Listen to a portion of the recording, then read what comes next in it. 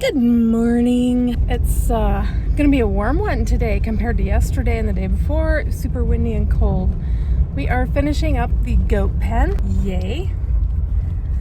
Get that done, get those guys moved in. We set posts yesterday, cemented them in, and today we're doing braces and of course the fencing. We're gonna try to re-stretch the existing woven wire. I'm optimistic. We've been working on goat fence, and today we are finishing up the braces. I am fixing this brick wall, and then these guys are visiting. They're all back from their little tour, and they're hanging out with me while I fix this brick wall because that is goats. If your goats ever run away, just bend over like you're pulling weeds and they will flock to you. Here's little Miss Flower. Hello, my love. She's the bestest girl, aren't ya? Yeah. Better get after it.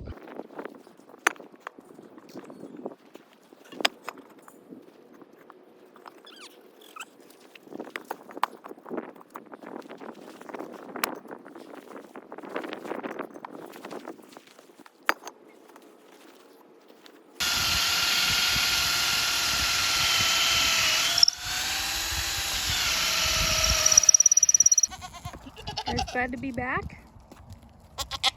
Hi, Luna. Hello, gang.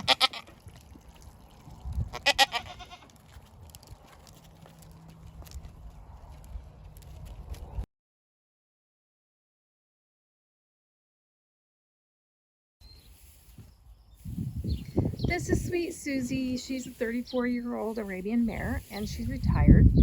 I had to take her out of her pen she was in because she crazily went into heat, and the two horses she was with, they're both neutered males, so they're called geldings, and they flirted a little too aggressively. I was afraid they would injure her, so for her safety I took her out.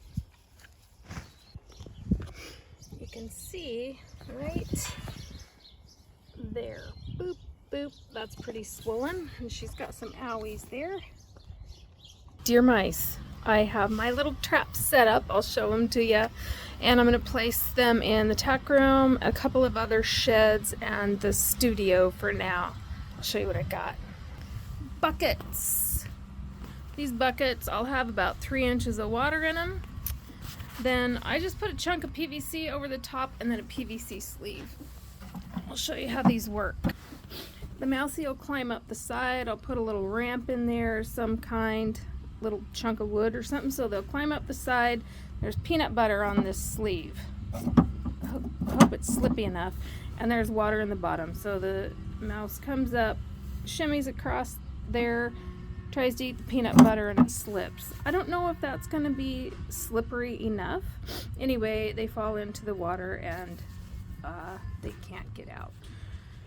There are also electric mouse traps I'm looking at. It's a humane way to dispatch them. The problem with them is that they are causing a lot of damage. So I'm going to set probably 4 of those. I'm doing some in the tack room. I have one. I think that should be enough. It's a small space, and then I have another I'll put in one shed. That they're killing me. They're really busy in there, and there's like no food or anything in there, but they're eating soap now. So I'll put one in there, and then I'll put one in the little shop and one in my studio where I make soap. The studio is super attractive because it has fragrances that have vanilla in them, so the mice like that. They like some of the fats and oils I use in the soap. They're attracted to that, so that's, you know, in the tack room I have no food or anything. Same with the other shop, the other shed, and then the shop where I sell the soap out of, they're attracted, of course, to the fragrances of the soap. So I've tucked the trap here in a corner, so kind of out of the way of us when we're trying to work. They have a little stick that helps them get up onto the bucket. They have that little rod I think they can crawl across, and then this collar that has peanut butter smeared on it. They'll climb onto the collar with the peanut butter and fall into the bucket of water and not be able to climb back out the sides.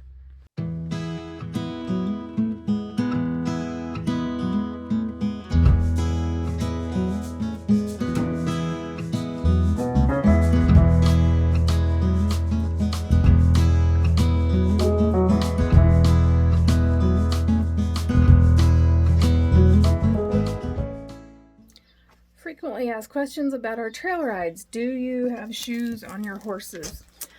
No, not opposed to it, but so far we haven't needed it for any of our horses, but we just do whatever works best for the horses.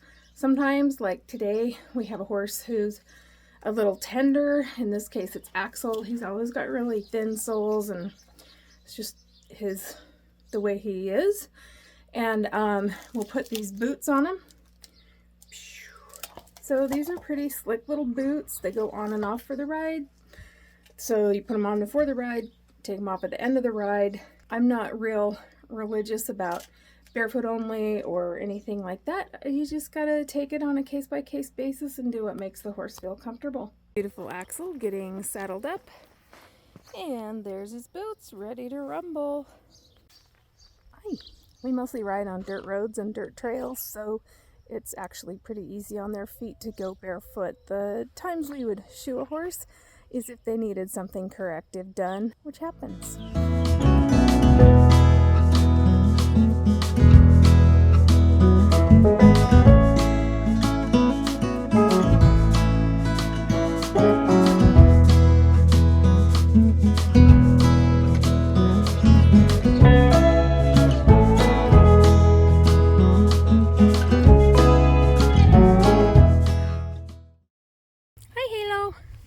People ask us, how often do you feed your horses?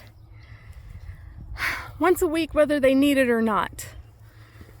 This is a big round bale. We put about 3 of these out weekly. Lasts them about a week. I like our horses to have feed in front of them 24/7. And they like it too. Wrigley probably weighs 1,000 pounds.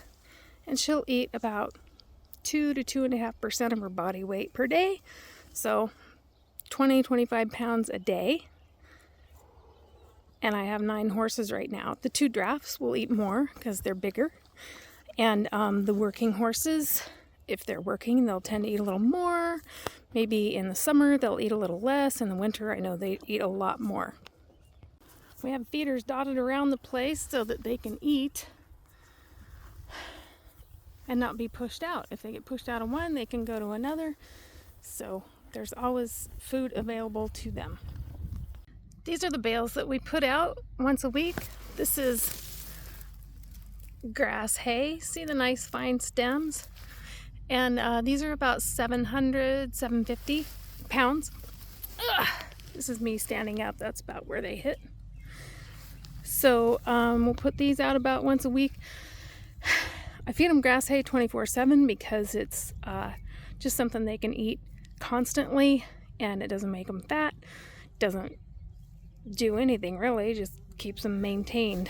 For horses that need a little more calories or energy for whatever reason, then I supplement with either grain or alfalfa hay.